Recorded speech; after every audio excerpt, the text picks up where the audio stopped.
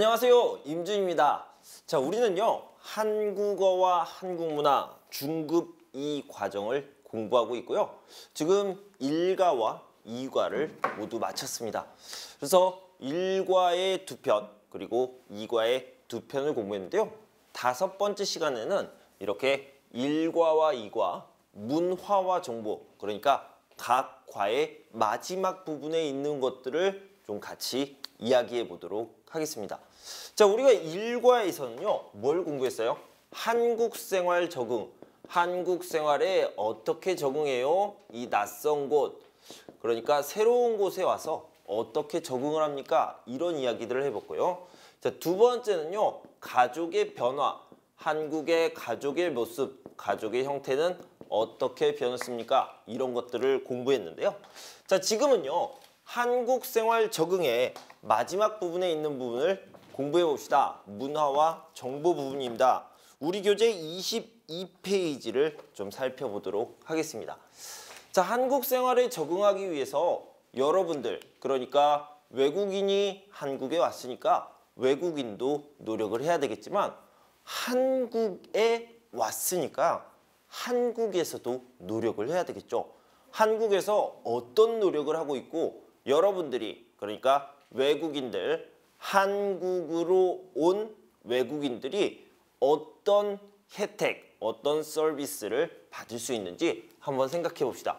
자, 우리는 지금 KIIP를 공부하고 있습니다. 그래서 KIIP는요, 한국어로 하면 사회통합 프로그램인데요.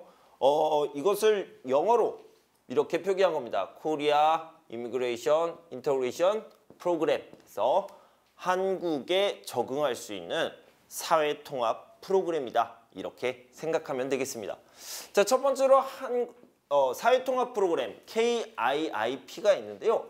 자, 여기서는 한국어를 가르쳐 주죠. 그러니까 지금 임준 선생님과 같이 공부하는 부분을 KIIP 사회통합 프로그램이라고 할 수 있습니다. 그리고 한국 문화도 가르쳐 줍니다. 이렇게 한국어와 한국 문화는요, 제가 3단계를 시작할 때 이렇게 말씀드렸던, 소개해드렸던, 설명드렸던 것처럼 0단계부터 시작해요. 0단계에서는 뭐 아야, 어여, 오요, 우유, 의이, 가나다라, 마버사, 아자차카타파 이런 것들부터 공부를 하고요. 15시간입니다.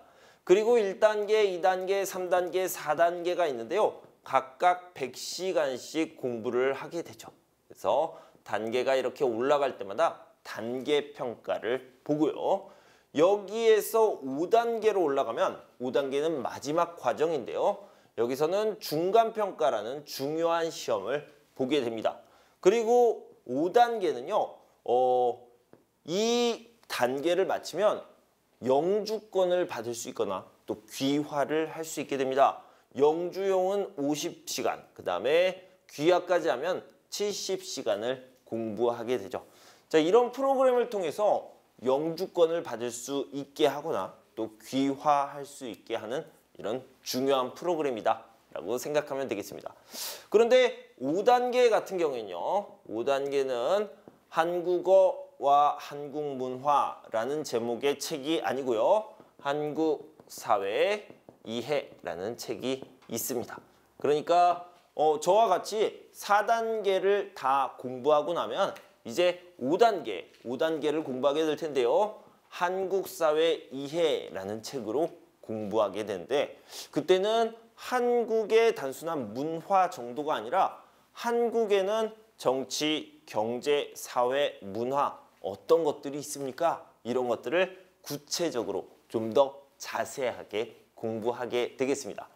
자, 여기 1번이 있으니까 당연히 2번이 있겠네요. 그죠? 그래서 조기 적응 프로그램 이런 것들이 있습니다. 이것도 역시 법무부에서 운영하는 프로그램입니다. 대한민국 법무부에서요, 외국인이 한국 사회, 한국 생활에 잘 적응할 수 있는 대표적인 2가지 프로그램인데요. 이 조기라는 말이 무엇입니까? 조기는요, 빨리, 일찍 이런 뜻이에요. 외국인들이 한국에 와서 빨리 적응했으면 좋겠어요. 일찍 적응했으면 좋겠어요. 이런 식으로 이야기를 할 수 있는데, 빨리 적응하기 위해서, 일찍 적응하기 위해서는 어떤 게 필요합니까? 한국어를 잘하는 것이 중요하겠죠. 그래서 한국어, 한국 문화를 잘 아는 것이 중요하겠죠. 그래서 한국 문화, 한국 사회를 잘 이해하는 것이 중요하겠죠. 그래서 한국 사회 이해를 가르쳐 줬는데 또 어떤 것들이 필요할까요? 이런 것들이 필요합니다. 생활 정보가 필요하죠. 그래서 어디에서 어떤 물건을 살 수 있습니까? 어디에서 이런 서비스를 받을 수 있습니까? 이런 정보들이 필요할 거고요. 그 다음에 두 번째로는 외국인과 한국인이 결혼을 해서 한국에 살고 있는 경우가 많이 있습니다. 점점 늘어나고 있어요. 그러니까 남편과 아내, 아내와 남편이요. 서로 다른 국적인 경우가 많이 있죠. 그래서요. 어렸을 때 태어나서부터 서로 다른 환경에서 자라왔기 때문에 다른 문화, 다른 가치관, 다른 생각을 가지고 있습니다. 그래서요. 서로의 문화를 이해한다라고 했는데 이 서로를요. 좀 다른 말로 상호라고 얘기할 수 있습니다. 그래서 상호 문화 이해 이런 프로그램을 만들었고요. 그 다음에는 여러분들에게 아주 중요한 것들 중에요. 뭐 한국어도 중요하죠. 한국 문화도, 한국 사회 이해도, 그리고 여기 있던 생활 정보, 서로의 문화를 이해하는 거 이런 것도 중요한데요. 여러분들이 가장 스트레스를 많이 받는 부분 중에 하나가 바로 이거죠. 비자 문제예요. 자, 이 비자라는 것은 외국인이 한국에 머무를 수 있다. 그러니까 한국에 있어도 돼요 라고 오케이 하는 거, 허락하는 것을 얘기하죠. 한국에 있다, 한국에 머무르다 이런 말을요. 한국어로 하면 체류라고 얘기합니다. 그래서 한국에서의 체류 문제, 즉 비자 문제 이런 것도요. 조기 적응 프로그램을 통해서 여러분들이 서비스를 받고 정보를 얻을 수 있습니다. 자, 그런데 이 조기 적응 프로그램을 그러니까 생활 정보도 주고요. 상호 문화 이해할 수 있도록 도와주고요. 비자 문제도 잘 설명해 주고 잘 안내해 줍니다. 그런데 저는 한국어를 아직 잘 모르는데 어떻게 해요? 이렇게 하는 사람들을 위해서요. 한국어로도 설명을 해주고요. 그리고 12개 언어로 서비스를 해줍니다. 그러니까 모두 13개 언어로 서비스를 해주는 게 되겠죠. 자, 이런 것들을 통해서 외국인이 한국에 왔을 때 빨리 일찍 적응할 수 있도록 잘 적응할 수 있도록 법무부에서 도와주고 있습니다. 자, 우리 교재 22페이지를 보도록 하겠습니다. 자, 이민자 정착 프로그램이 있는데요. 정착이라는 것은 한 곳에 머물러 살다 이런 뜻이 되겠죠. 자, 한번 읽어보겠습니다. 한국에는 이민자들이 잘 정착할 수 있도록 돕는 다양한 프로그램이 있다. 대표적인 예로 사회통합 프로그램이 조기 적응 프로그램, 다문화 가족 방문 교육 서비스가 있다. 사회통합 프로그램은 이민자가 한국에서 살아가는 데 필요한 한국어 능력을 키워주고 한국 사회에 대한 이해를 높여준다. 이민자라면 누구든지 참여할 수 있다. 조기 적응 프로그램은 이민자가 한국 입국 초기에 참가하는 프로그램으로서 한국 생활에 빠르게 적응할 수 있도록 돕는 프로그램이다. 이민자 체류 유형에 따라 필요한 내용을 교육한다. 다문화 가족 방문 교육 서비스는 집합 교육에 참가하기 어려운 다문화 가족을 대상으로 한다.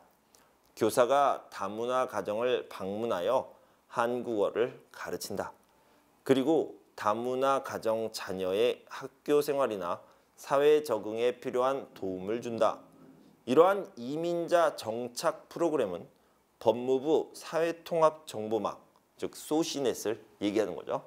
여성가족부 다문화 가족 지원 포털 다누리를 통해서 안내를 받을 수 있다. 이렇게 얘기했습니다. 자, 이 다누리라는 것은요. 홈페이지라고 생각을 하면 되겠습니다. 특별히요.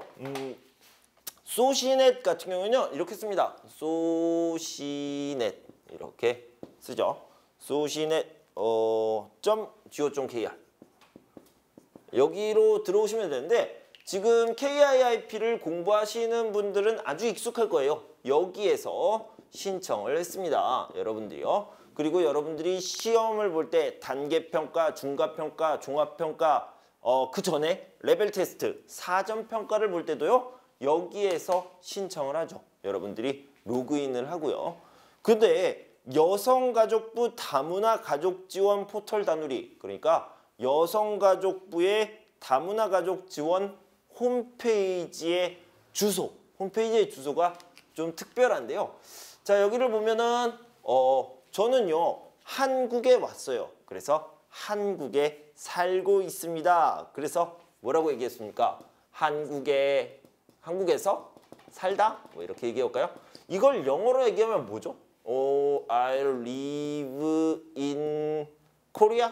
뭐 이렇게 얘기를 해볼까요? 그런데 여기 보면 live in korea.kr 이렇게 주소가 이거예요. 그래서 이건 다 붙어서 쓰는 거죠. 그래서 live in korea.kr로 들어가셔서 그다음에 여성가족부에서 제공하는 서비스를 살펴볼 수 있다. 이렇게 알아두시면 되겠습니다. 책에 잘 나와 있으니까요. 여러분들이 꼭 이런 홈페이지, 그러니까 다누리에 들어가서 서비스를 살펴보셨으면 좋겠습니다.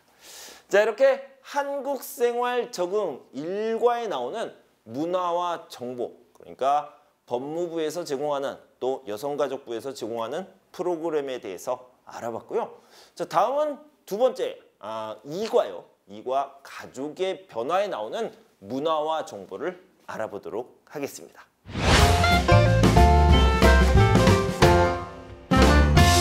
자, 우리가 2과에서는요 가족의 변화에 대해서 이야기했습니다. 어떤 이야기를 했냐면요, 아주 옛날에는 대가족 문화였다. 그러니까 여러 세대가 함께 삽니다. 할아버지 아들들, 그러니까 우리 아버지도 있지만 큰아버지도 있고 작은아버지도 있고 고모들도 있어요. 이렇게 많은 가족들이 함께 사는 대가족이 있었고요. 요즘 현대에서는 어떻습니까? 핵가족입니다. 그러니까 미혼 자녀, 아직 결혼을 안 한 자녀와 어머니, 아버지, 부부가 사는 경우 많으면 4명, 적으면 3명, 2명, 그리고 1인 가족의 형태도 많아졌다. 이런 옛날부터 지금까지의 가족의 모습, 가족의 형태가 변화되어 오는 것을 이야기했습니다. 자, 그런데요, 이렇게 가족이 변화되는 것도 있지만 어떤 변화가 있냐면 사람들의 생각도 변했습니다. 자, 옛날에는요, 당연히 결혼을 해야 돼요. 그래서 결혼을 하면 당연히 아이를 낳아야 됩니다. 그래서요, 출산율이 이렇게 높아졌습니다. 즉, 아이를 낳는 숫자가 아주 높았죠. 그래서 1960년대, 1970년대는요, 9명, 10명, 평균적으로 한 6명, 7명 정도를 낳았습니다. 지금으로서는 상상하기 어려운 시대죠. 그래서요, 옛날에는 아이를 많이 낳지 마세요. 조금만 낳으세요. 2명만 낳으세요. 아니, 1명만 낳으세요. 이렇게 이야기를 했습니다. 그런데 시간이 흐르면서 이 출산율이 점점 낮아져서요. 어디까지 낮아졌냐면, 자, 여기 보시면 여기까지 2012년에는 1.3명으로 줄어들었습니다. 자, 이 1.3명이 무슨 말이냐면 아까 얘기했던 것처럼 1960년대, 1970년대 옛날에는 부부가 결혼을 해서 9명, 10명, 평균적으로 6명, 7명을 낳았는데 지금은 2명도 낳지 않습니다. 2012년에 보니까 2명도 낳지 않고 평균적으로 1.3명 정도를 낳는 거예요. 부부가 결혼을 했어요. 자, 그런데 이게 점점 떨어지다가요. 2016년에는 1.17명까지 떨어집니다.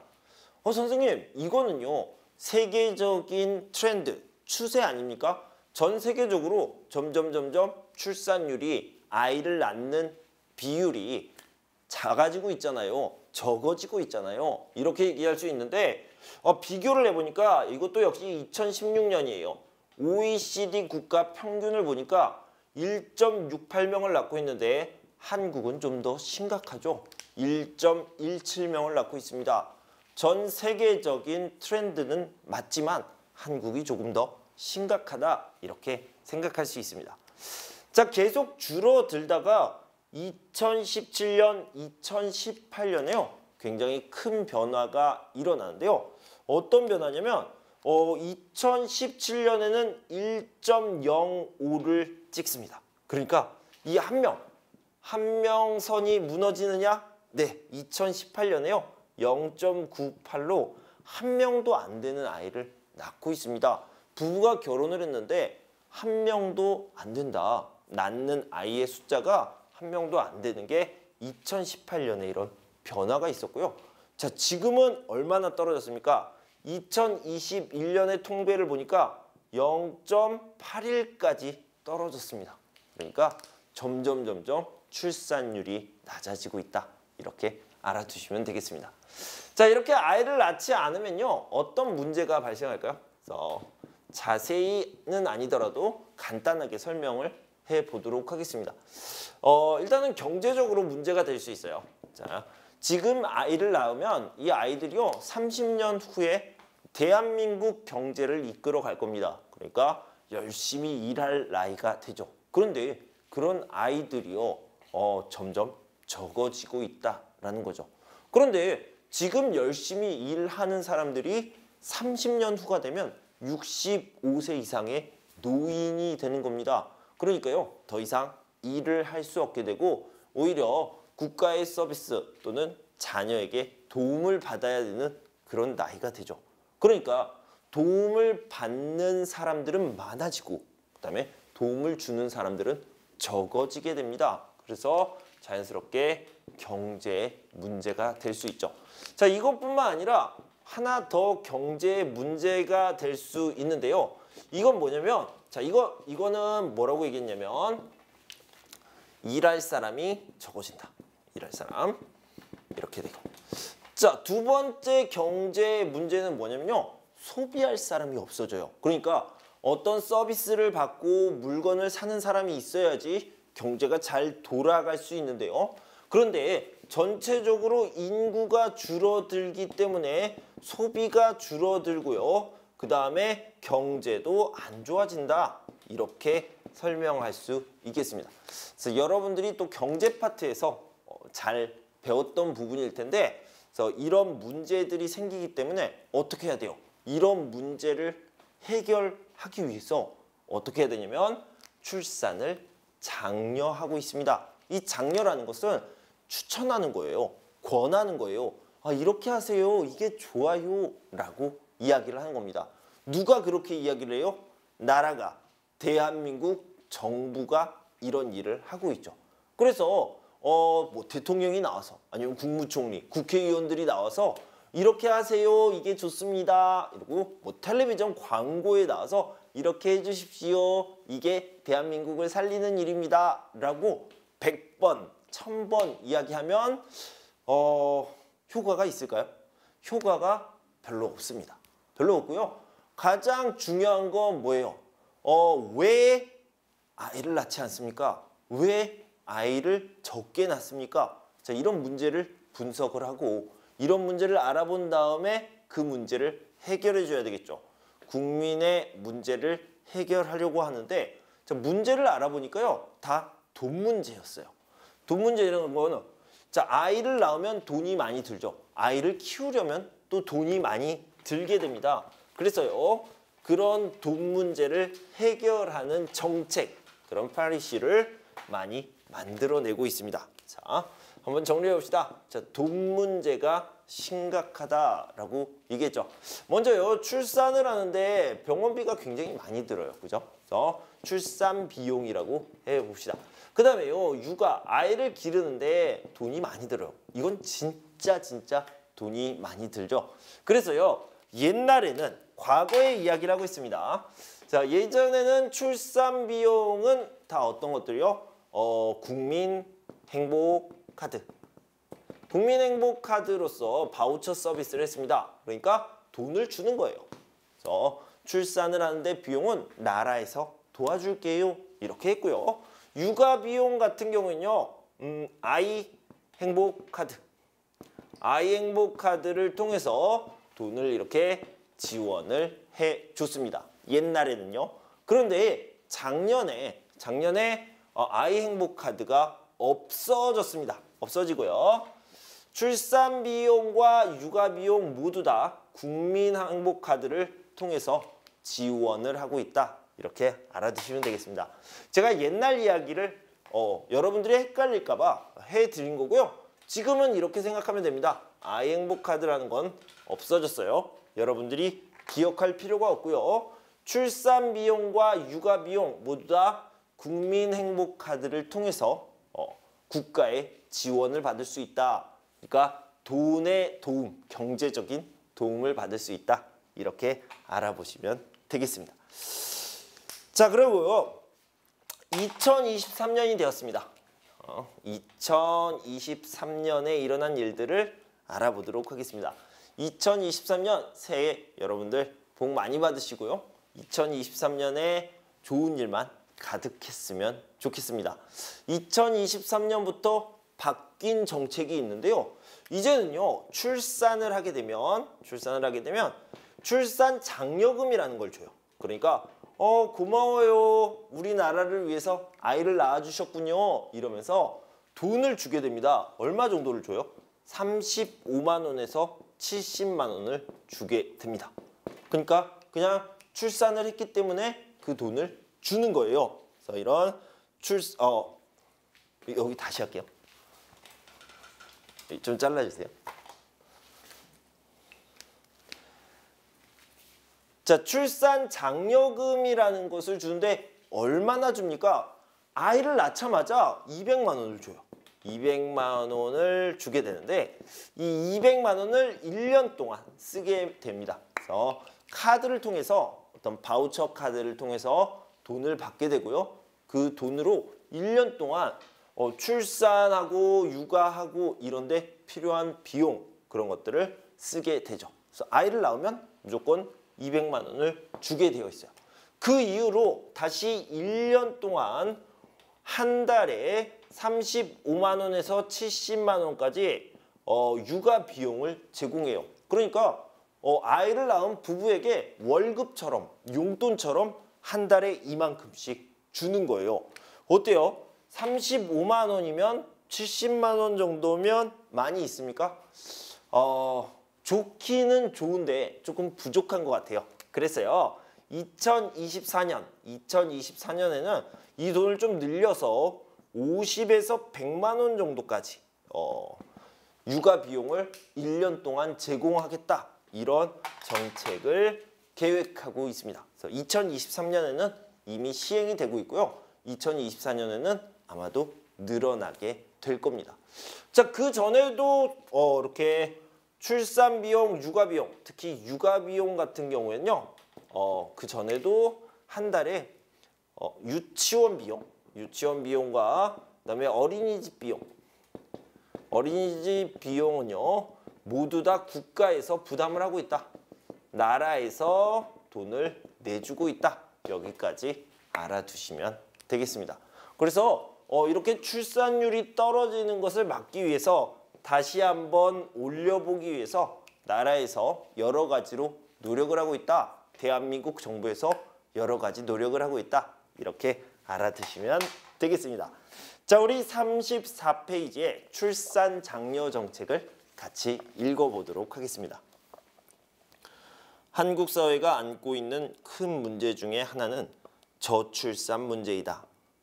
한국의 합계 출산율은 지속적으로 감소하여 2019년 현재 한 명이 채 되지 않는다. 네, 그렇죠. 2018년부터 이미 한 명이 되지 않습니다.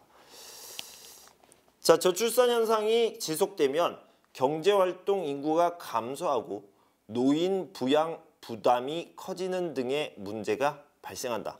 너무 어렵게 나왔네요. 선생님이 설명한 것처럼요. 아이를 적게 낳으면 그러니까 저출산 현상이 지속되면이라고 표현했고요. 인구가 감소하고 그러니까 아이들이 줄어듭니다. 그리고 노인 부양 부담이 커지는 등의 문제가 발생한다. 무슨 얘기예요? 나중에 30년 후에는요. 이제 일을 할 사람이 적어지고요. 그리고 지금 일하는 사람들은 30년 후에 노인이 되기 때문에 도움을 받아야 되는 사람들이에요. 돈을 벌 수 없는 사람들이 되는 거예요. 그런 문제가 생긴다는 거죠. 자, 이에 정부와 각 지방자치단체에서는 출산율을 높이기 위해 출산 장려 정책을 실시하고 있다. 출산 장려 정책은 다양함으로 여러 가지이기 때문에 자신에게 맞는 혜택을 선택하여 지원받을 수 있다. 대표적인 출산 장려 정책으로는 출산휴가, 출산축하금 지급, 다자녀 혜택, 육아휴직, 육아를 위한 근로시간 단축, 양육수당 지원, 임신 출산 진료비 지원, 난임부부 시술비 지원, 공공요금 할인 등이 있다. 이러한 혜택은 지방자치단체별로 차이가 있으므로 거주하고 있는 지역의 혜택을 꼼꼼히 살펴보는 것이 좋다. 정부24 누리집에서 연령별, 분야별, 지역별로 생애 주기별 서비스를 안내받을 수 있다라고 이야기를 했습니다. 자, 한 가지만 더 이야기하고 마치도록 할게요. 여러분들 중에요. 주민센터에 가기 싫으면 민원24라는 인터넷 서비스를 이용하던 분들이 많이 있을 겁니다. 그런데요. 이것이 민원24가 아니라 정부24로 바뀌었습니다. 물론 지금도 민원24라고 인터넷에 검색을 누르면 정부24라고 안내를 하지만 지금 여러분들이 좀 알아두시면 좋을 것 같습니다.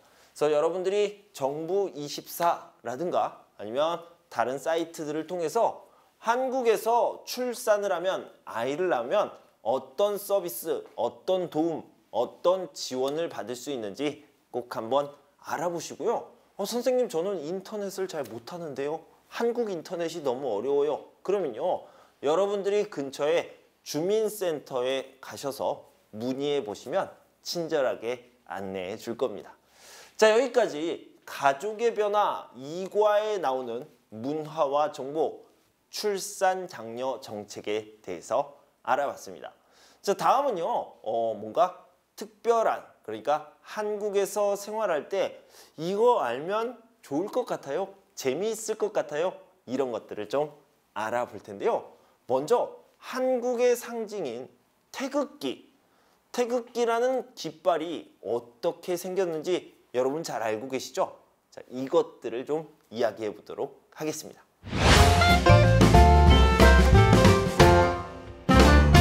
자, 태극기는요, 뭐 이런 모양이에요. 이렇게 생긴 모양인데 만약에 이 태극기를 안 보고 여러분들에게 그리라고 하면 그릴 수 있겠어요? 한국에서 조사를 했어요. 지나가는 한국 사람들에게 잠깐 와보세요. 태극기 그려보세요. 이렇게 한번 부탁을 해봤습니다. 그랬더니요. 80%의 대한민국 국민, 그러니까 한국인이요. 태극기 어떻게 그리지? 정확하게 그리지 못했다고 합니다. 그러니까 한국인 중에서도요. 겨우 20%만 대한민국 국기를 그릴 수 있었다고 해요. 자, 이것의 이유가 뭐냐면요. 좀 헷갈리는 부분, 잘 모르겠다라고 생각하는 부분이 있습니다. 태극기는 대충 이렇게 생겼죠. 뭐 여기에 뭐가 있고요. 뭐가 있어요. 이렇게 뭐가 있습니다. 그리고 여기도 이렇게 반으로 나눠졌던 것 같아요. 그리고 빨간색, 파란색이 있고 이건 까만색이고 여기는 하얀색. 여기까지는 알고 있습니다. 그런데 정확하게 그리려고 보니까 자, 여기에 나눠진 게 이렇게 생겼어요? 아니면 이렇게 생겼어요? 이게 좀 모르겠죠. 그래서 원을 그렸는데 여기를 이렇게 반으로 나눠야 되는데 이렇게 생겼는지 이렇게 생겼는지 잘 모를 때가 있고요. 자, 여기 모양도 조금 다를 수가 있어요. 그래서 어떤 거는 이렇게 생겼던 것 같고요. 이런 것도 있었던 것 같고, 그 다음에 이렇게 생긴 것도 하나 있었던 것 같고, 이렇게 생긴 것도 하나 있었던 것 같습니다. 그런데 이게 어디에 들어갔는지는 잘 모르겠어요. 이렇게 생각할 수 있죠. 자, 그 다음에 빨간색과 파란색이 있어요. 그런데 여기에 파란색이고 여기가 빨간색인지 아니면 여기가 빨간색이고 여기가 파란색인지 자, 이것도 잘 모르겠습니다. 이런 분들을 위해서요. 제가 오늘 확실하게 설명을 드리도록 하겠습니다. 자, 먼저 태극기를 설명하기 전에 대한민국, 한국의 좀 아픈 과거, 또 아픈 현실, 슬픈 현실에 대해서 이야기를 해드릴게요. 자, 이렇게 대한민국이 있습니다. 그런데요, 1948년에 대한민국 정부가 수립되면서 두 개로 나눠졌죠. 어떻게요? 노스 코리아 그리고 사우스 코리아, 남한과 북한으로 이렇게 나누어지게 되었습니다. 자, 그런 슬픈 과거가 있긴 한데요. 이것들이 태극기를 그리는데 조금 도움은 줄 수 있습니다. 자, 이런 것들은 영어에 대문자라고 얘기하고요. 이 대문자를 소문자로 바꿔서 써보면요. N은 이렇게 쓰고요. S는 이렇게 쓰게 됩니다. 그죠? 그래서 대문자와 소문자가 있는데 우리는 이 소문자를 가지고 태극기를 정확하게 그려보도록 하겠습니다. 제일 먼저 헷갈리는 부분들이 뭐였다고 그랬어요? 태극기를 보면요. 여기에 원이 있는데 자, 이거는 태극 문양이에요. 태극 문양, 태극의 모양이다. 패턴이다. 이렇게 생각할 수 있는데요. 자, 이거를 그릴 때 이거예요? 아니면 이거예요? 라고 얘기했잖아요. 그때 S를 생각하면 됩니다. S를요. 그래서요. 여기에 어떻게 그리면 되냐면 S를 이렇게 그리면 돼요. 그래서 S자를 생각해서 반으로 나누어 주면 되겠습니다. 자, 그 다음에요. 여기에 이런 궤가 들어가야 되는데 여기에 3, 4, 5, 6이 들어가게 됩니다. 그때요. 이런 생각을 하면 돼요. 소문자 N을 쓰시고요. 여기서부터 출발했죠. 그래서 3, 4, 5, 6 소문자예요. 소문자. 소문자로 3, 4, 5, 6 3, 4, 5, 6 이렇게 생각하면 됩니다. 그래서요. 여기에 뭘 그리면 돼요? 3, 3개짜리를 그리면 되겠죠. 3개짜리요. 여기는 4개짜리를 그리면 돼요. 4개를 그리려면 하나, 둘, 셋, 넷. 4개짜리를 그리면 되고요. 여기는 5개짜리를 그리면 됩니다. 어떻게 그려요? 하나, 둘, 셋, 넷, 5 이렇게 그리면 되고요. 여기는 6개. 하나, 둘, 셋, 넷, 5, 6 이렇게 3, 4, 5, 6을 그려 넣으시면 되겠습니다. 자, 그러면 이제 마지막으로요. 파란색과 빨간색. 여기가 파란색이에요. 여기가 아니면은 여기가 파란색, 여기가 빨간색이에요. 이게 헷갈릴 수 있잖아요. 그때는요. 여러분들이 바다에 갔어요. 바다에 가서 해가 이렇게 바다에서 떠오르는 것을 생각해 보시면 되겠습니다. 자, 여러분들이 생각할 때 바다와 해 어떤 것이 파란색, 어떤 것이 빨간색입니까? 당연히 바다가 파란색이고 그 다음에 해, 태양이 빨간색이 되겠죠. 자, 그림으로 표현한다면 이렇게 바다가 있습니다. 바다가 있고요. 여기에 해가 이렇게 나오고 있는 거죠. 그래서 이 부분을 생각해서 여기에다가 색깔을 선택해 주시면 되겠습니다. 그래서 태극기가 완성이 되는 겁니다. 자, 다시 한번 그려볼게요. 간단하게. 다 지우고 여러분들이 한번 기억을 해보세요. 헷갈리는 부분들을 여러분들이 선생님이 설명한 것을 가지고 한번 구별을 해보도록 하겠습니다. 자, 여기 종이 위에다가요. 태극 문양을 그릴 겁니다. 그리고 여기에다가 S를 그리게 되겠죠. 그리고요. 여기에는 이렇게요. 3, 4, 5, 6 소문자 N을 가지고 여기에는 3개, 여기에는 4개, 여기에는 5개, 여기에는 6개 이렇게 그려주시고요. 그 다음에 바다에서 태양이 떠오른다, 해가 떠오른다 이런 식으로 그려보시면 되겠습니다. 그래서 여러분들이 직접 태극기를 한번 그려보시면 재미있을 겁니다. 그리고 정확하게 그렸는지 이 모양이 나왔는지를 한번 확인해 보시기 바랍니다. 자, 여기까지 태극기에 대한 설명을 드렸고요. 다음은 무궁화와 애국가에 대한 이야기를 좀 해보도록 하겠습니다.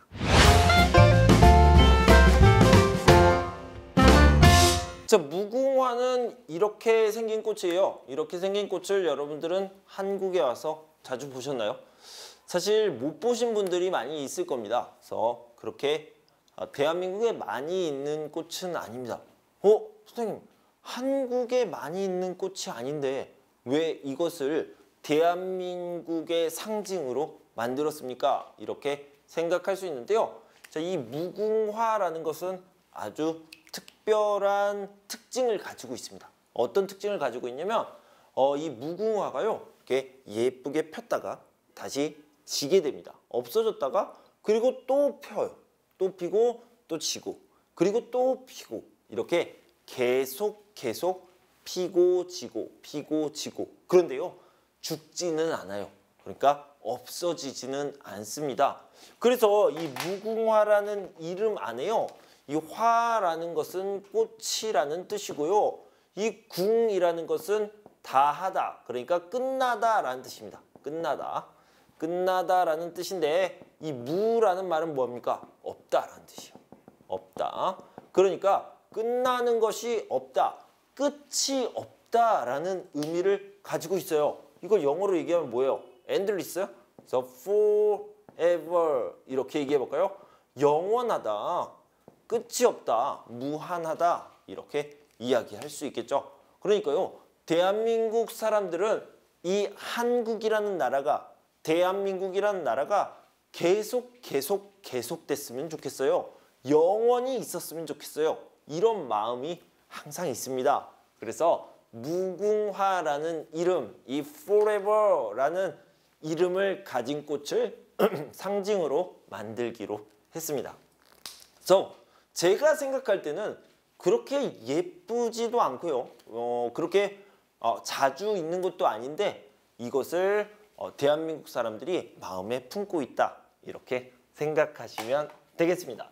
자, 그런데 이 forever, 영원히라는 말은요, 우리 대한민국의 나라의 노래, 그러니까 애국가에도 들어가 있습니다. 일단 먼저 애국가라는 이름을 살펴봅시다. 국가라는 것은 national anthem, 그러니까 나라를 대표하는 노래인 건데요.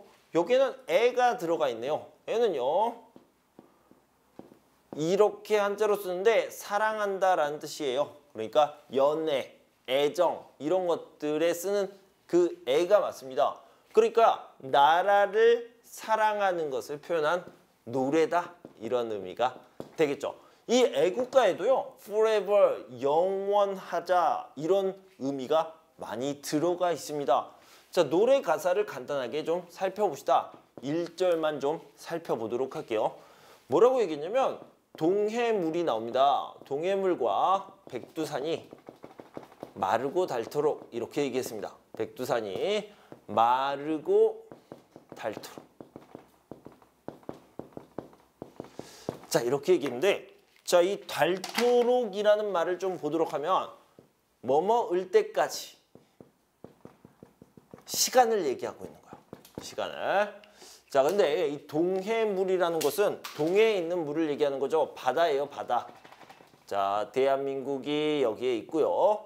그다음에 여기는 서해, 여기는 남해, 여기가 동해예요. 동해가 가장 깊고 넓죠. 태평양으로 연결이 되는 그런 바다입니다. 바다. 이 바다의 물, 바닷물이요, 다 없어집니다. 언제 없어져요? 안 없어져요. 영원히 안 없어집니다. 그러니까 동해물이 마를 때까지라는 것은요, 영원히를 얘기하는 거죠. 그래서 forever 이렇게 얘기해요. 또, 자, 여기에 있는 산이 있어요. 대한민국에서 가장 높은 산입니다. 3,700m 이상이 되는 그런 산이에요. 아주 높은 산이에요. 이 산이 백두산인데 이 백두산이 없어집니다. 이렇게 조금씩 조금씩 조금씩 닳아서 없어져요. 언제요? 안 없어져요. 영원히 안 없어집니다. 그때까지라고 하니까 이것도 역시 forever 이런 뜻이죠. 그래서 애국가의 처음 부분 동해물과 백두산이 마르고 닳도록 이 부분은요. 영원하다라는 의미를 이야기하고 있습니다. 자, 그 다음 가사를 좀 보도록 하겠습니다. 하느님이 보호하사 우리나라 만세 이렇게 얘기했습니다. 대한민국 사람들이 대한민국을 우리나라라고 부르는 거죠. 하느님이라는 것은요. 어떨까? 이렇게 생각하지 마시고요. 하늘이라고 생각하면 됩니다. 하늘님. 하늘에 있는 어떤 존재, 조상이라든가 신을 얘기하겠죠. 그래서 보호하사라는 것은 지키다, 보호하다 이렇게 생각하면 돼요. 그 다음에요. 우리나라 대한민국이 만세라고 했는데 선생님 이 만이요. 혹시 이 만입니까? 네, 맞습니다. 이 세가요. 나이를 얘기하는 겁니까? 네, 맞습니다. 네. 그러니까 이거는요. 1만 년을 내는 거예요. 1만 년 동안 이렇게 1만 년 동안 계속됐으면 좋겠습니다. 라고 해서 만세라고 얘기하는 거죠. 그러니까 만세라고 얘기하는 것은 훌레 뭐 이렇게 얘기하는 게 아니라요. 영원히 계속되었으면 좋겠다라는 그런 마음이 들어가 있는 겁니다. 자, 그 다음은 후렴 부분인데요. 같이 한번 살펴볼게요. 무궁화 삼천리라고 했습니다. 무궁화는 영원히 끝나지 않는 그런 의미를 가진 꽃이고요. 무궁화 삼천리 화려강산 이렇게 얘기를 했죠. 그리고 대한 사람 그러니까 한국인을 얘기하는 겁니다. 대한으로 한국 사람은 한국 사람으로 그러니까 한국은 대한민국 그 자체로 길이 보존하세 이렇게 얘기할 수 있습니다. 자, 보호하고 전하다 그러니까 다음 사람에게 다음 세대 next generation에게 계속 전했으면 좋겠다라고 이야기했습니다. 자, 이 삼천리를 잠깐 보도록 할게요. 삼천리라는 것은 대한민국의 크기를 나타내고 있습니다. 자, 우리는요 센티미터라는 단위를 쓰고요 미터, 킬로미터 이런 단위를 지금 쓰고 있죠. 그런데요 대한민국에서 옛날 사람들은요 리라는 단위를 썼습니다. 그러니까 킬로미터, 야드 이런 것들이 아니라요 리라는 단어를 썼어요. 그러니까 1, 2가 얼마예요? 400m입니다. 400m. 그러면 10리는 4000m, 4km네요. 백리는요? 백리는 40km고 천리는 400km를 얘기하죠. 이 400km, 천리 정도 되면 어느 정도 되냐면 자, 여기가 서울이 있고 여기가 부산이 있어요. 이 정도가 한 400km 이 정도 됩니다. 그러니까 천리길을 간다라는 것은 부산에서 서울 정도까지 간다 이런 의미가 있습니다. 그런데 여기에 나오는 삼천리 계산하면 얼마예요? 여기에다가 3배를 곱해야 되니까 1200km가 되는 거죠. 1200km. 1200km면 어느 정도냐면요. 여기서부터 여기까지를 얘기하는 거예요. 그래서 여기가 삼천리 정도가 된다라는 거죠. 그래서 대한민국의 크기를 얘기할 때 무궁화가 있는 삼천리 1200km 되는 그런 공간을 얘기한다라고 이야기할 수 있습니다. 자, 화려라는 것은 아름답다라고 얘기할 수 있고요. 강산이라는 것은 강과 산, river and mountain 뭐 이렇게 생각하면 되겠죠. 자연을 얘기하고 있습니다. 방금 얘기한 것처럼 대한 사람은 대한으로 길이 보존하세. 그러니까 대한민국은 그 자체로 그 모습 그대로 길이라는 것은 길게 오래 그리고 보호하고 그대로 next generation 다음 세대에게 전했으면 좋겠다. 이렇게 이야기를 하고 있는 거죠. 자, 제가요 여러분들을 위해서 애국가를 불러드리도록 하겠습니다. 동해물과 백두산이 마르고 닳도록 하느님이 보호하사 우리나라 만세. 무궁화 삼천리 화려강산.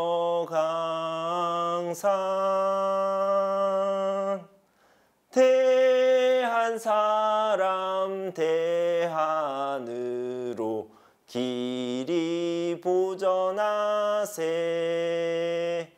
자, 이런 애국가에 대한 소개를 드렸고요. 또 애국가를 여러분들께 불러드렸습니다. 자, 오늘은요 1과와 2과에 나오는 문화와 정보를 여러분들께 소개해드렸고요.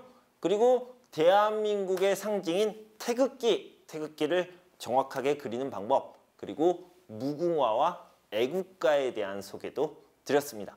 여러분들 공부하시느라 수고 많으셨고요. 저는 다음 시간에 다시 3과의 내용을 들고 찾아올 텐데요. 그때까지 여러분 건강하고 행복하세요. 감사합니다.